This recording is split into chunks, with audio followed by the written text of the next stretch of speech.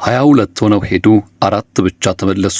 የስዊድን የጎቲያብ ካምፕ ጉዞና የ18ቱ ኢትዮጵያውያን አስገራሚ መጥፋት አነጋጋሪ ሆኗል።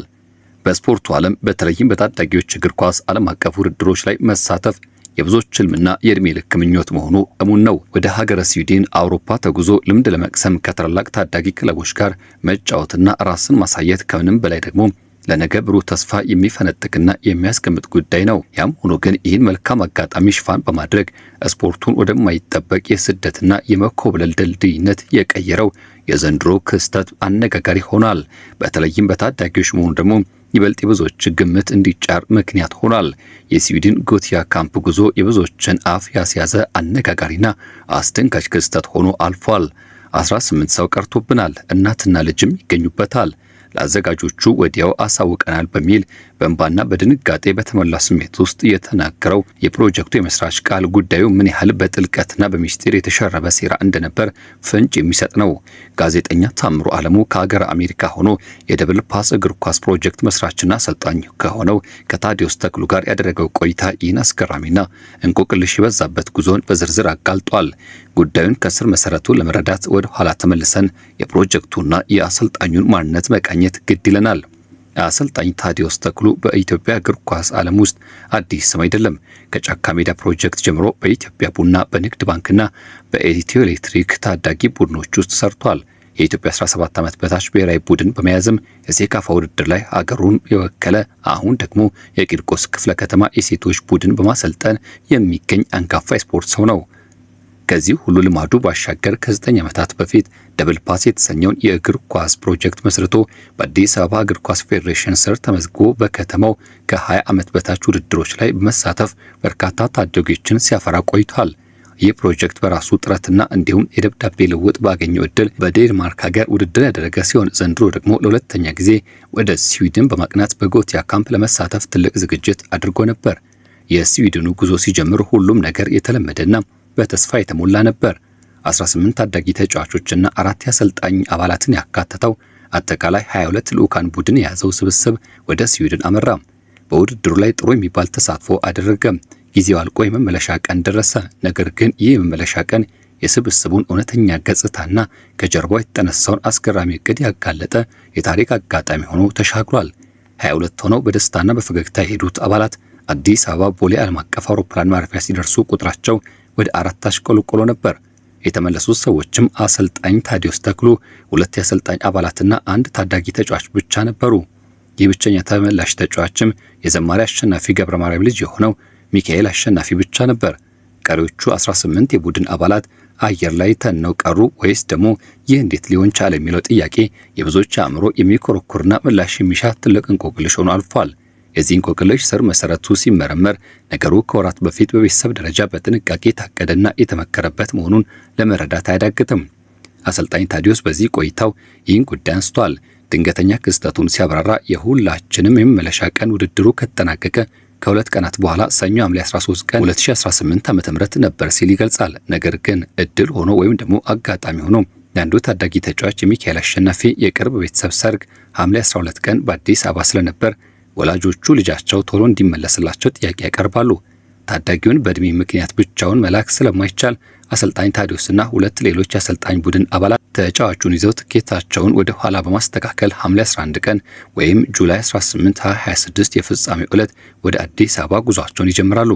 የዚህ ቅድመ ጉዞ መፈጸሚያ ቀን ለቀሪዎች 18 አባላት ሌላ በር የከፈተላቸው ያሰቡትን የማምለጫ እቅድ ያለምንም ከልካይ እንዲፈጽሙ መንገድ የጠረገላቸው አጋጣሚ ሆነ።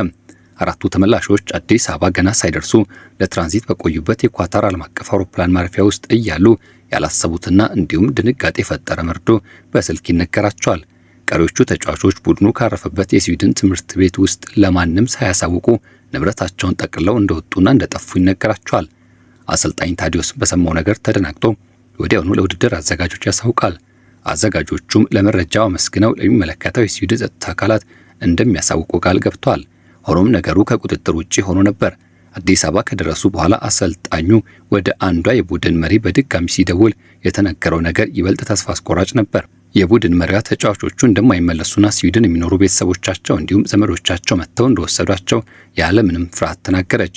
በዚህ የኩብለላ ድራማ ውስጥም እጅግ አስገራሚና የብዙዎችን ትኩረት የሳበው ጉዳይ የቅድመ ዝግጅቱ ጥራትና የፋይናንስ ፍሰት ነው።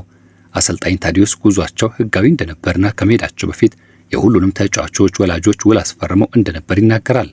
ስዊድን ከደረሱ በኋላ የሁሉም ተጫዋቾች ፓስፖርት በራሱ አሰልጣኙ እጅ ነበር። ነገር ግን አሰልጣኙ ለሰርግ ምክንያት ቀድሞ መመለስ ግድ ሲለው የተጫዋቾቹን ፓስፖርት ለቡድን መሪው አስረክቦ ጉዞን አደረገም። ያቺ ፓስፖርት የተቀበለችው የቡድን መሪ ግን ከተጫዋቾቹ ጋር አብራ ስዊድን ቀረች። ይህ ድርጊት ወላጆች ተጫዋቾችና አባላቱ ውስጥ ለውስጥ በደንብ ተዘጋጅተውበት እንደነበር ትልቅ ፍንጭ ሰጠ። ወደ መጪው ስንመጣ ደግሞ ነገሩ የባለጸጎች ጨዋታ መሆኑ ያሳብቃል። የተጫዋቾቹ የጉዞ የስልጠናና የተለያዩ አቅርቦት ወጪ የሸፈኑት ራሳቸው ወላጆች ሲሆኑ እያንዳንዳቸው 300,000 የኢትዮጵያ ብር ከፍለዋል። የተሻለ አቅም ያላቸው አንዳንድ ወላጆች ደግሞ የመክፈል አቅም የሌላቸው 3 ምርጥ ታዳጊ ተጫዋቾች አብረው እንዲሄዱ በማሰብ ከ300,000 ብሩ ላይ ተጨማሪ 100,000 ብር ማዋጣት እያንዳንዳቸው 400,000 ብር ከፍለዋል። ይህ ከፍተኛ የገንዘብ መጠን ወላጆች ልጆቻቸውን በስፖርቱ ስም ወደ አውሮፓ ለማስገባትና እዚያው ለማስቀረት የከፈሉት የስደት ኢንቨስትመንት ብለን እንድንጠራው ያደርገናል። ከዚህ በላይ የጉዳዩን አሳሳቢነትና ልዩ ገጽታ የሚያጎላው ከተጫዋቾቹ በተጨማሪ አብረው የተጓዙ እናቶች ጭምር መኖራቸው ነው። በጉዞ ላይ 2 ተጫዋቾች ከገዛ እናቶቻቸው ጋር አብረው ወደ ስዊድን አቀንተው ነበረ። እናቶች ልጆቻቸውን አጅበው ሄደው ውድድሩን ሲያበረታቱ ቆይተው መጨረሻ ግን ሁለቱም ተጫዋቾች ሆኑ እናቶቻቸው ወደ ኢትዮጵያ አልተመለሱም። ይህ ሁኔታ ድርጊቱ ቀድሞኑ በታዳጊዎች ስሜታዊነት ብቻ የተፈጸመ ሳይሆን በቤተሰብ ደረጃ የተወሰነበትና የተተገበረ ውሳኔ መሆኑን እንድናረጋግጥ ያደርገናል። በዚህ መሃል ተጓዥ ተጫዋቾች ከእግር ኳስ ጋር ያላቸው ግንኙነት ደካማ የሆኑ የባለ ሀብትና የባለስልጣን ልጆች ናቸው የሚል ጠንካራ ወሬ በህዝቡ ዘንድ ተሰራጭቶ ነበር። ለዚህ ጉዳይ አሰልጣኝ ታዲዮስ ምላሽ የሰጠ ሲሆን ፕሮጀክቱ ህጋዊና በፊፋ ኮኔክት የተመዘገበ መሆኑን በመጥቀስም ነገር ግን ከ16 ዓመት በታች በመሆን ምልመላው በችሎታ ላይ ብቻ የተመሰረተ እንዳልሆነ አልሸሸገም። ዓለም አቀፍ ውድድር ላይ ለመሳተፍና የውጭ ሀገር ቪዛ ለማግኘት ዋነኛ መስፈርቱ የወላጆች ጠንካራ ኢኮኖሚ አቅም በመሆኑ በቡድን ውስጥ የባለ ሀብት ልጆች መኖራቸው ግልጽ መሆኑን አምኗል።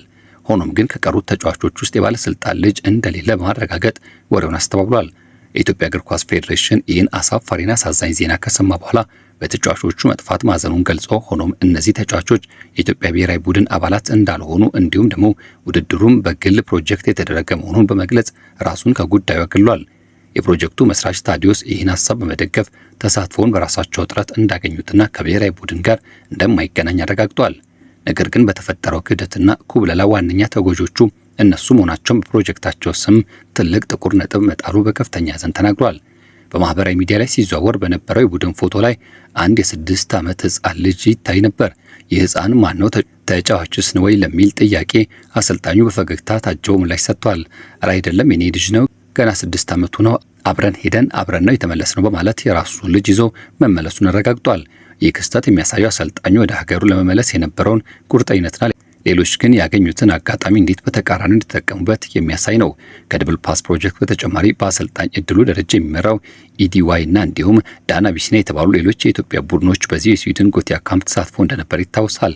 የእነዚያ ቡድኖች ዕጣ ፈንታ ምን ይመስላል? ተጫዋቾቹ ተመልሷል ወይስ ደግሞ ተመሳሳይ የኩብለላ ዕጣ ገጥሟቸዋል የሚለው ጉዳይ አሁንም የጋዜጠኞችና የህብረተሰብ አይን እየሳበ ሆኗል።